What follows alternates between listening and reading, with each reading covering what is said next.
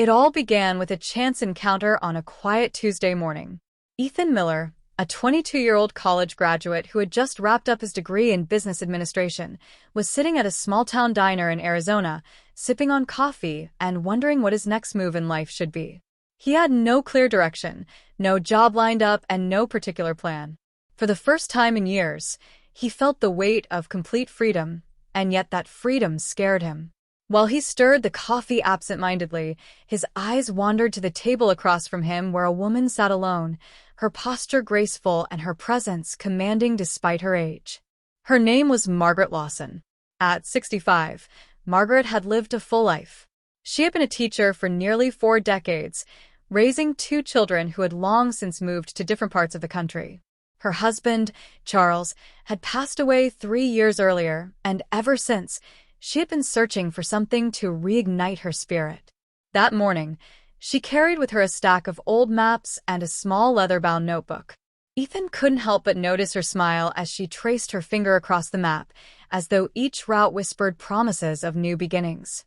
Their conversation started simply. Ethan had dropped his spoon, and Margaret picked it up with a gentle laugh, handing it back to him.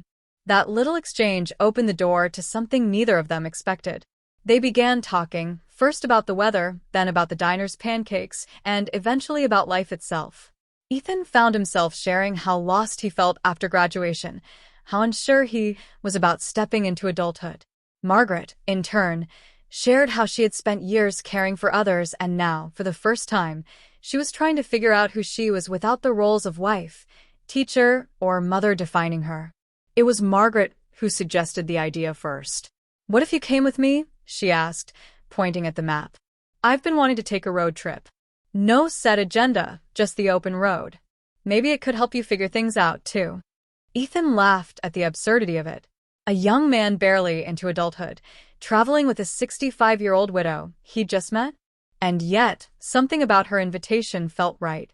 It wasn't reckless. It was liberating. After a long pause, he nodded. "Okay, let's do it." The very next day, they set off in Margaret's old but reliable Ford Explorer. The car smelled faintly of lavender and leather, with a box of CDs stacked neatly in the back seat. Their first destination was nowhere specific. They decided to simply follow the roads that caught their attention. For Ethan, it was the first time in months he felt the thrill of possibility.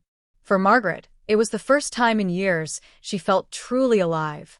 Their journey took them through deserts where the horizon seemed endless, to small towns where diners like the one they had met in still served homemade pies. In one town in New Mexico, they stopped at a roadside market, and Margaret bought Ethan a handmade bracelet. "A reminder," she said with a smile, "that sometimes the most unexpected paths become the most meaningful ones."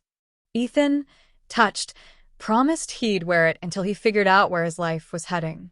Along the way, they shared stories from their very different lives.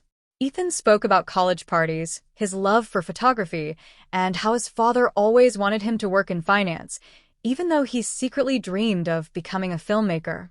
Margaret shared stories of her early days as a teacher, the way she had met Charles at a library, and how they had built a life together filled with small joys. Sometimes, her voice carried a sadness, but other times, she laughed so hard Ethan couldn't help but laugh with her. Their bond deepened with every mile. At night, they often parked near campgrounds, setting up small fires under the stars. Ethan would take photos of the sky while Margaret wrote in her notebook. One evening, Margaret handed Ethan her notebook and told him to read. Inside were pages filled with reflections on life, lessons from teaching, and her hopes for the road ahead. Ethan was struck by the wisdom in her words and told her she should publish them one day. Margaret smiled softly and said, "Maybe this journey is the start of that." They faced challenges, too. In Colorado, their car broke down on a winding mountain road. Ethan, frustrated, admitted he knew nothing about fixing cars. Margaret surprised him by rolling up her sleeves and helping a passing truck driver repair the engine. "Life teaches you to be resourceful," she said with a wink. Ethan realized then that Margaret wasn't just a companion, she was a mentor. Days turned into weeks, and the road trip transformed them both. Ethan began filming short clips of their travels, editing them into small documentaries. He discovered a passion for telling stories through his camera lens. Margaret, meanwhile, felt her heart heal in unexpected ways. The grief of losing her husband softened as she discovered joy in the present moment, and her connection with Ethan reminded her that age didn't define her capacity for adventure or growth. The turning point came when they reached the Pacific coast in California. Standing together on a cliff overlooking the ocean, the waves crashing below, Ethan finally confessed his fears. "I don't want to live a life that isn't mine," he said. "I don't want to follow a path just because it's expected." Margaret put a hand on his shoulder and said, "Then don't. You've got time, Ethan. Time to create something beautiful. Don't waste it trying to live someone else's dream." That night, as the sun dipped below the horizon, Ethan decided he would pursue filmmaking.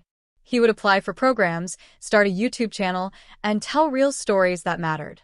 Margaret, in turn, decided she would finally compile her notebook into a memoir, capturing the lessons of her life and this unforgettable journey.